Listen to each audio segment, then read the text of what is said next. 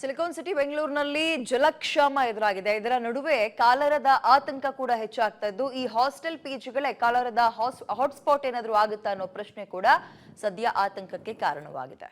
ವಸತಿ ಶಾಲೆಗಳ ವಿದ್ಯಾರ್ಥಿಗಳೇ ಎಚ್ಚರ ಎಚ್ಚರ. ಆಹಾರ ಮತ್ತು ಆರೋಗ್ಯದ ಕಡೆ ಇರ್ಲಿ ಗಮನ. ಕುಡಿಯೋ ನೀರು, ಆಹಾರವೇ ಅನಾರೋಗ್ಯಕ್ಕೆ ಕುತ್ತು.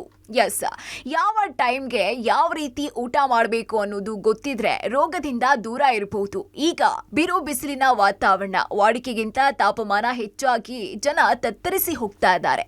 ನೀರೇ ಇಲ್ಲದೆ ಕೆರೆ, ಕುಂಟೆ, ಬಾವಿ, ನದಿಗಳು ಬತ್ತುತ್ತಾ ಇವೆ. ನೀರಿನಿಂದಾನೇ ಕಾಲರ ಬರ್ತಾ ಇದ್ದು ಈಗಾಗಲೇ 6ಕ್ಕೂ ಹೆಚ್ಚು ಕೇಸ್ ಸಿಲಿಕಾನ್ ಸಿಟಿಯಲ್ಲಿ ದಾಖಲಾಗಿದೆ.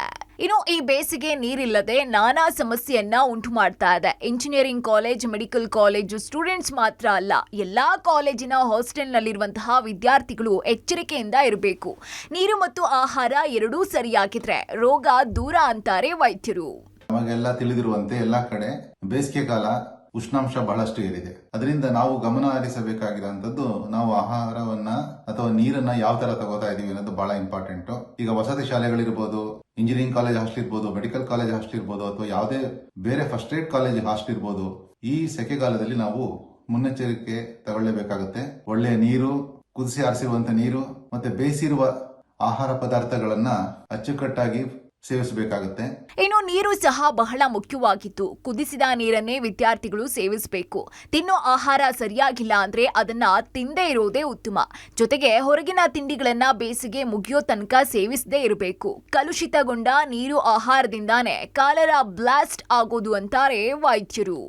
ರಸ್ತೆ ಬದಿಗಳಲ್ಲಾಗ್ಲಿ ಅಥವಾ ಯಾವುದೇ ಹೋಟೆಲ್ ಇರ್ಬೋದು ಅಥವಾ ಯಾವುದೋ ಒಂದು ತಿಂಡಿ ಮಾಡುವಂತ ಸ್ಥಳ ಇರ್ಬೋದು, ಎಷ್ಟು ಕ್ಲೀನ್ ಆಗಿದೆ ಅದನ್ನು ಕೂಡ ನಾವು ಗಮನದಲ್ಲಿಟ್ಟುಕೊಂಡು ಅಲ್ಲಿನ ಆಹಾರವನ್ನ ಸೇವಿಸಬೇಕಾಗಿರುತ್ತೆ. ನಮಗೆ ಯಾವಾಗ ಆಹಾರ ಚೆನ್ನಾಗಿ ಅನಿಸ್ತಿಲ್ವೋ ಆಗ ಅದು ಸೇವಿಸಿದರೆ ತೊಂದರೆ ಆಗಂತ ಚಾನ್ಸಸ್ ಹೆಚ್ಚು.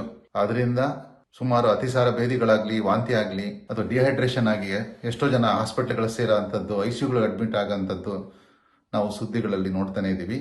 ತಾಪಮಾನ ಕಡಿಮೆ ಆಗುವ ತನಕ ನಾವು ಆಹಾರ ಪದಾರ್ಥಗಳನ್ನ ಸೇವಿಸಬೇಕಾದರೆ ಸ್ವಲ್ಪ ಗಮನವನ್ನು ಹೆಚ್ಚಾಗಿಯೇ ಹರಿಸಬೇಕಾಗುತ್ತೆ. ಒಟ್ನಲ್ಲಿ ವಿಕ್ಟೋರಿಯಾ ಆಸ್ಪತ್ರೆಯ ವಿದ್ಯಾರ್ಥಿಗಳು ಸೇವಿಸಿದ ಆಹಾರ ಮತ್ತು ನೀರಿಂದಾನೇ ವಾಂತಿ ಭೇದಿಯಾಗಿ ಆಸ್ಪತ್ರೆ ಸೇರಿ ಗುಣಮುಖರಾಗಿದ್ದಾರೆ. ಇಂತಹ ಘಟನೆ ಮತ್ತೆ ನಡಿಬಾರದು ಅನ್ನೋದು ನಮ್ಮ ಕಾಳಜಿಯಾಗಿದೆ. Maruti Bellur, public TV, Bengaluru.